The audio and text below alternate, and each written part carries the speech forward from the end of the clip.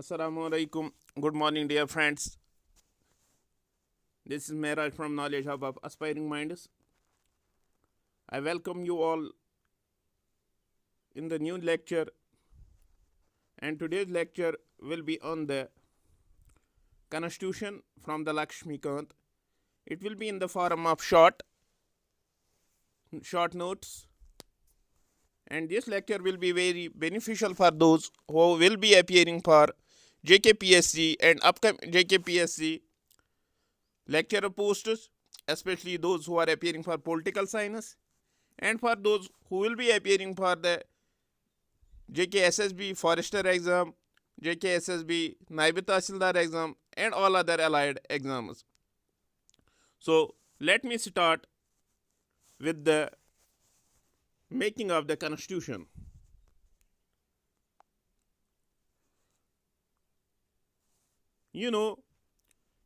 पहले कांग्रेस ने, Indian national Congress ने डिमांड किया था कि हमें एक कॉन्स्टिट्यूशन असेंबली होनी चाहिए.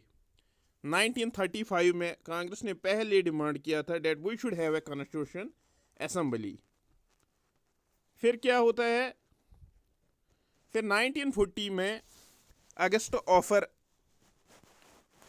ऑफर दिया जाता है और उसको एक्सेप्ट किया गया. Actually it is M N Roy एक कॉन्स्टिट्यूशनल एडवाइज़र होता है जिसने आइडिया दिया है. कॉन्स्टिट्यूशनल असेंबली का जो आइडिया वो दिया है एम एन रॉय ने.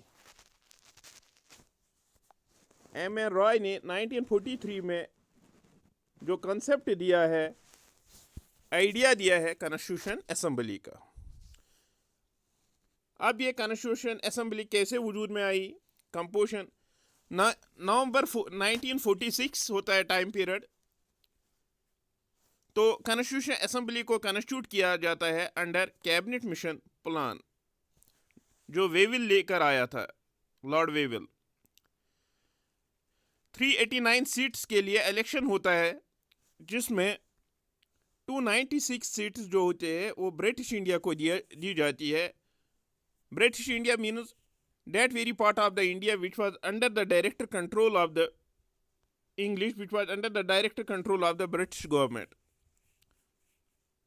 And there were 93 seats which were for princely states. Princely states mean those states which were independent and were being run by the princes.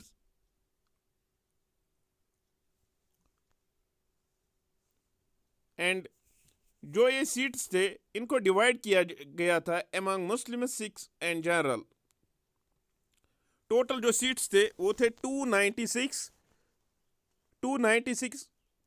जिसमें 292 थे और प्लस 4. 292 जो सीट्स थे that were general, that were elected in a communal way, and 4 जो थे वो nominated थे. Constitution assembly की जो मीटिंग थी इसमें तमाम पर्सनालिटीज़ ने पार्टिसिपेट किया था एक्सेप्ट गांधी और जिन्ना. गांधी और जिन्ना ने इसमें पार्टिसिपेट नहीं किया था. कॉन्स्टिट्यूशन असेंबली की जो मीटिंग थी इसमें गांधी और जिन्ना ने पार्टिसिपेट नहीं किया था.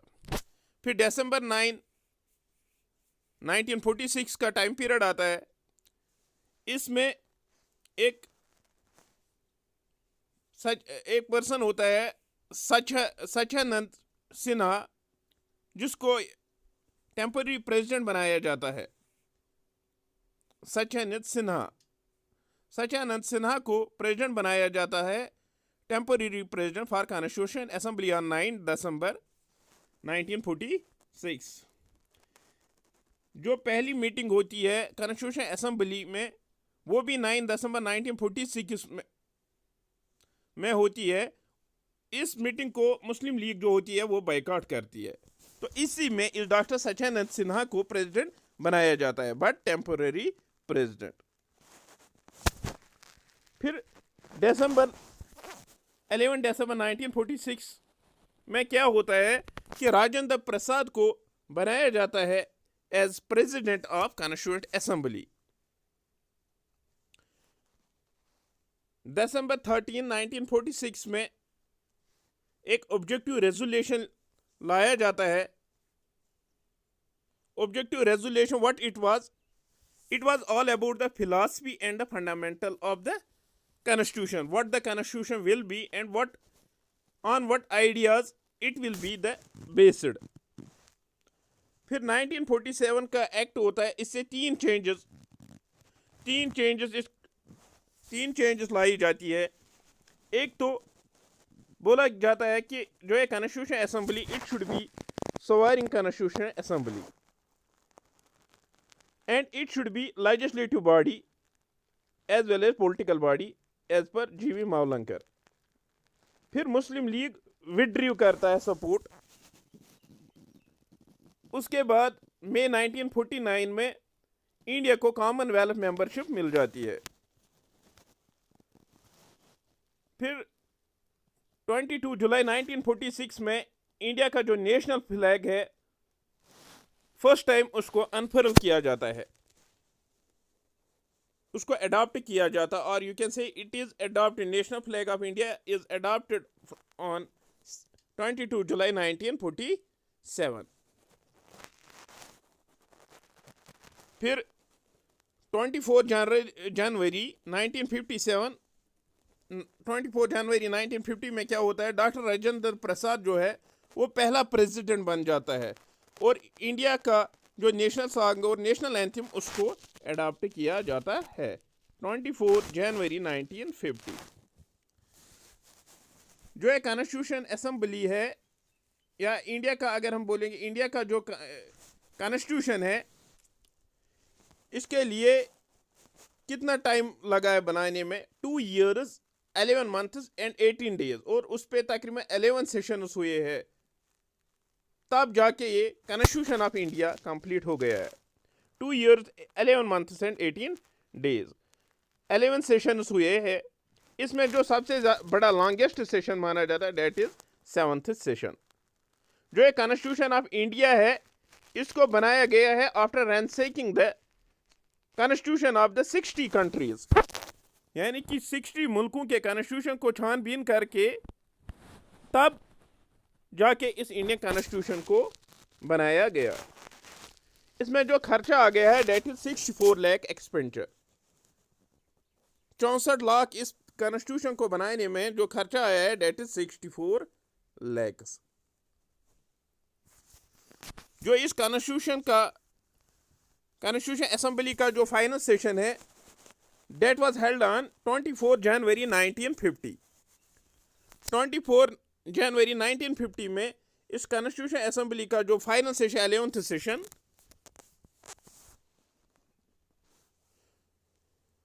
इसके लिए और कुछ कमेटी भी बनाई गई है इसके बाद, जिन्होंने नेगोशिएट किया है स्टेट्स से regarding the formation of this constitution. एक यूनियन पावर्स कमेटी थी, यूनियन कॉन्स्टिट्यूशन कमेटी थी, प्रोविंशियल कमेटी थी जिसका हेड था पटेल था, सरदार वल्लभ भाई पटेल। ड्राफ्टिंग कमेटी थी, इसका हेड था BR अम्बेडकर, जो अक्सर पूछा जाता है एग्जाम में। और फंडामेंटल राइट्स एडवाइजरी कमेटी, इसका भी हेड था पटेल ही था। और एक कमेटी थी फंडामेंटल राइट्स की, उसका जो हेड था JB कृपलानी था। माइनॉरिटीज़ के लिए एक और कमेटी बनाई गई थी, उसका हेड था SC Mukherjee.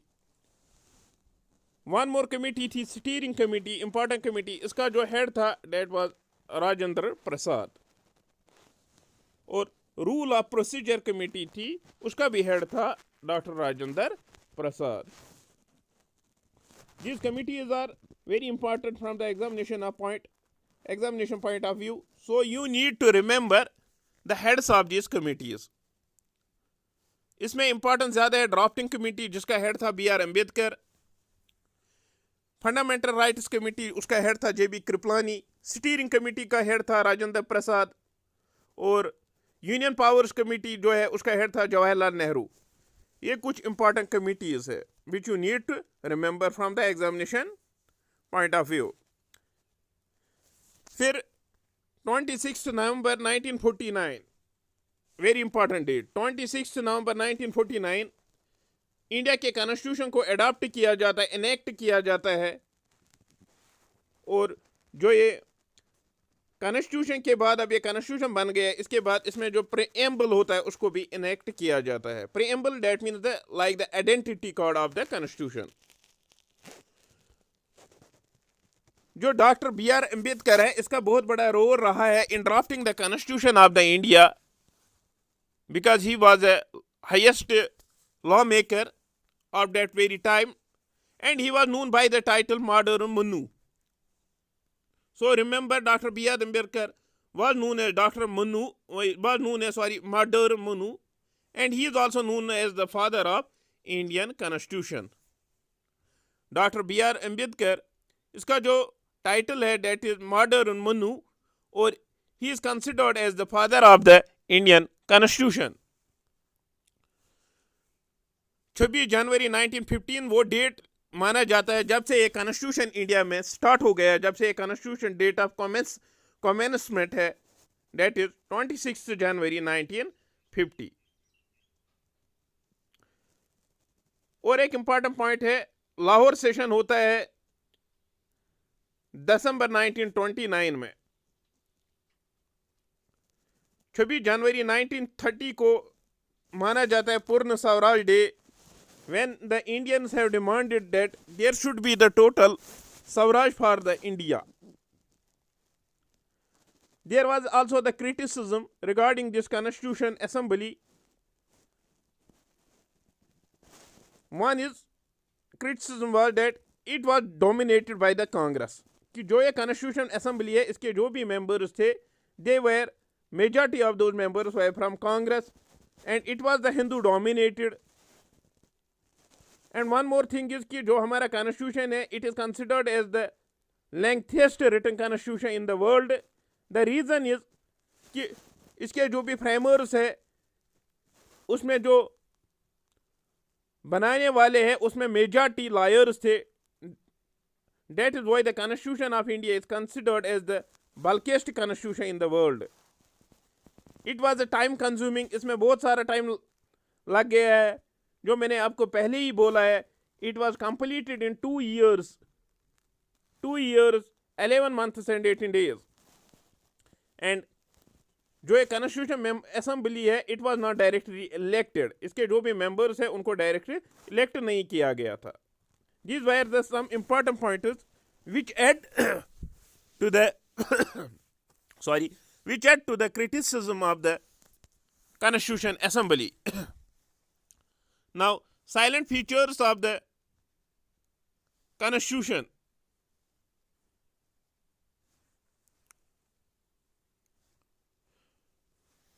One important amendment is that 42nd Amendment, that is considered as the important amendment in the history of the India. This amendment is known as mini constitution because most of the pointers have been added through this amendment to the constitution. जो India का जो constitution है, it is lengthiest written constitution in the world because of the diversity, because of the geography, history. और इसमें बहुत सारे जो lawyers है जो कॉन्स्टिट्यूशन असेंबली में एज मेंबर्स पार्टिसिपेंट्स थे, उनकी वजह से ये लेंथिएस्ट बन गया है. और जो कॉन्स्टिट्यूशन के जो बहुत सारे फीचर्स, जैसे कि मैंने आपको पहले ही कहा, 60 constitutions of the 60 countries have been ransacked, तब जाके इंडियन कॉन्स्टिट्यूशन को शक्ल दी गई है. सो इसके कुछ फीचर्स है जो डिफरेंट सोर्सेज से लिए गए हैं. लाइक जो स्ट्रक्चरल पार्ट है वो लिया गया है गवर्नमेंट ऑफ इंडिया एक्ट 1935 से. फिलोसफिकल पार्ट जो इंडियन कॉन्स्टिट्यूशन का है, फिलोसफिकल पार्ट मीन्स जो फंडामेंटल राइट है वो अमेरिकन कॉन्स्टिट्यूशन से लिए गए हैं. DSPs जो है डायरेक्टिव स्टेट प्रिंसिपल पॉलिसी, जो है directive principles of state policy, वो आयरलैंड कॉन्स्टिट्यूशन वो स्पेन कॉन्स्टिट्यूशन से लिए गए हैं. पॉलिटिकल पार्ट जो इंडियन कॉन्स्टिट्यूशन का है, that was taken from the British constitution, fundamental rights American constitution से, directive principles of state policy जो पार्ट 4 में आते हैं, from article 35 to 51, they have been taken from the Irish constitution. और जो one more point is regarding the constitution of the India, that it is a blend of rigidity and flexibility. Means कि इसके कुछ ऐसे features है जिनको आप amend कर सकते हो, कुछ ऐसे कि जिनको amend for which you need the special majority to amend the constitution. कुछ ऐसे कॉन्स्टिट्यूशन में ऐसे भी प्रावधान है कि जिनको आप सिंपल मेजॉरिटी से आप अमेंड कर सकते हो। That is why it is the blend of rigidity and flexibility. One more point regarding the one more feature of the Indian Constitution is it is federal with unitary bias. Means कि जो ये constitution है इसमें federal features भी है और unitary features भी है। फेडरल मीन्स कि जो हमारा ये कॉन्स्टिट्यूशन है इंडिया, ये रिटन है, इसमें दो गवर्नमेंट्स है। That means powers are separated, there is the separation of power between the centre and the states. It is rigid, it is supreme, it is the highest. There is the bicameralism, means there are two houses, Lok Sabha and Rajya Sabha, and there is also the independent judiciary. These are the federal features of the Indian Constitution. Unitary features की single citizenship है India में, with the exception of Jammu and Kashmir, वो भी अब खत्म हो गई है। पहले जम्मू एंड कश्मीर के लोगों को भी दो सिटीजनशिप हुआ करते थे। One, they were at the same time citizens of the India and the citizens of the state of Jammu and Kashmir. Now after the abrogation of the article 370 and the 35A, this provision has been taken, it has been abolished under article 47 of the Jammu and Kashmir Reorganization Act, कि अब Jammu and Kashmir के लोगों को भी एक ही citizenship होगी, that is Indian citizens. So this single citizenship, this is a unitary feature in the Indian constitution. We have here in the one more feature, emergency. There is an integrated judiciary from the subordinate courts to the Supreme Courts. We have at the lower level subordinate courts, then there are district courts, then there is High Court at the state level, and then at the topmost is the Supreme Court. These are all integrated. So this is the unitary feature. We have the governor for all the states, who acts as a link between the state and the center, or we can call him as the agent of the central government. This is also the unitary feature. We have the all India services like IAS, IPS, IFS and all other allied services. They are also controlled by the central government. This is also the unitary feature. One more term you have to remember here, that means we have the cooperative federalism in the India. This term was given by Granville Ashton. इसको पूछा गया है JKAS Civil Service Examination 2016 में. Who has given the term cooperative federalism? It is Granville Ashton. So remember, we have the parliamentary form of the government in the India, or we can call it as the Westminster government.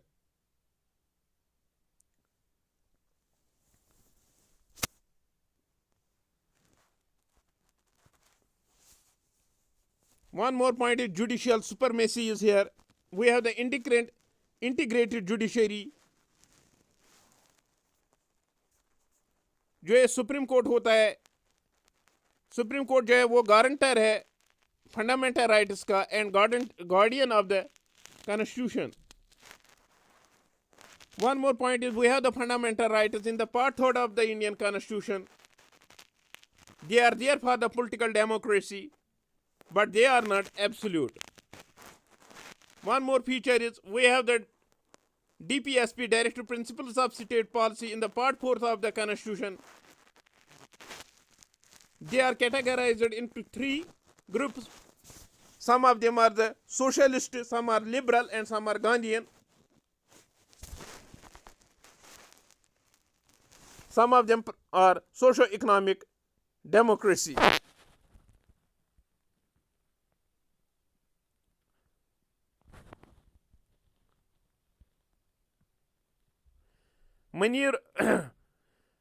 Minerva mills case का आपने सुना ही होगा. उसमें बताया गया है कि जो there should be the balance between the fundamental rights and direct principles of state policy, and this was considered as the basic feature of the constitution. One more point is regarding the fundamental duties. Fundamental duties, they are in the part 4A of the constitution. They were added by the 42 amendment, and they are in the article 51A. Please remember, fundamental duties,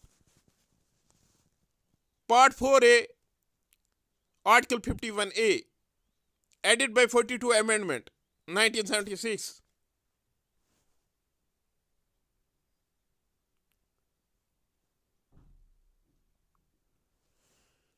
And there is one article, that is article 44, since it is in the news, and it is regarding the uniform civil code. One more silent feature of the Indian constitution is universal adult franchise, कि जो भी India में कोई बंदा होगा above the 18 years of the age, he will be eligible for the vote. So by the 61st amendment, voting age को reduce किया गया इंडिया में from 21 to 18. इंडिया में और एक साइलेंट फीचर ऑफ कॉन्स्टिट्यूशन है, we have the single citizenship, that is all the people here are the citizens of the India. So we have the single citizenship. One more feature is we have some independent bodies like Election Commission under Article 324, Union Public Service Commission, and Comptroller Auditor General. These are some independent bodies. We have some also the emergency provisions to safeguard the sovereignty, integrity, and security of the country under Article 352, 356, 365, and 360. 352 under national, this article deals with the national emergency. 360 is perhaps with the financial emergency. We have the three-tier government in the India, like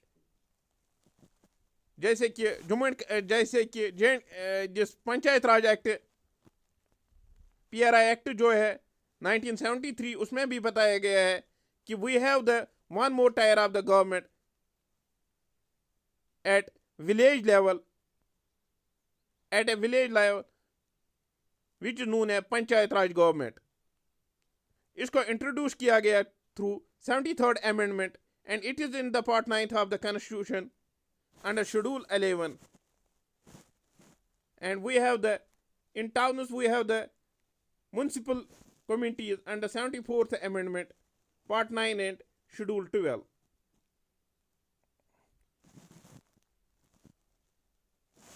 एक important article है, that is article 112. Article 112 में क्या बताया गया कि budget के बारे में बात की गई, that there should be the annual financial statement under article 12. और शेड्यूल 8 में कुछ लैंग्वेजेस की जिक्र गई,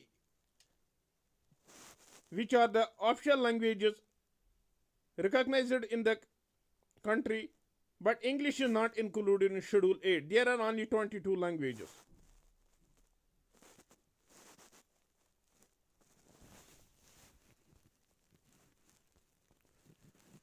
और एक इमरजेंसी प्रोविजन जो इंडिया में है, वो 1930 गवर्नमेंट ऑफ इंडिया 1935 से बारो किए गए. इमरजेंसी में आप फंडामेंटल राइट्स को सस्पेंड कर सकते हो. This provision has been taken from the Germany. Fundamental duties का जो आर्टिकल 51A में आते हैं। इन पार्ट 4 थे वो यूनाइटेड स्टेट्स ऑफ रशिया यानी कि वहाँ से लिया गई है। सिमिलरली आइडिया ऑफ जस्टिस जो है वो भी लिया गया है यूएसएसआर से।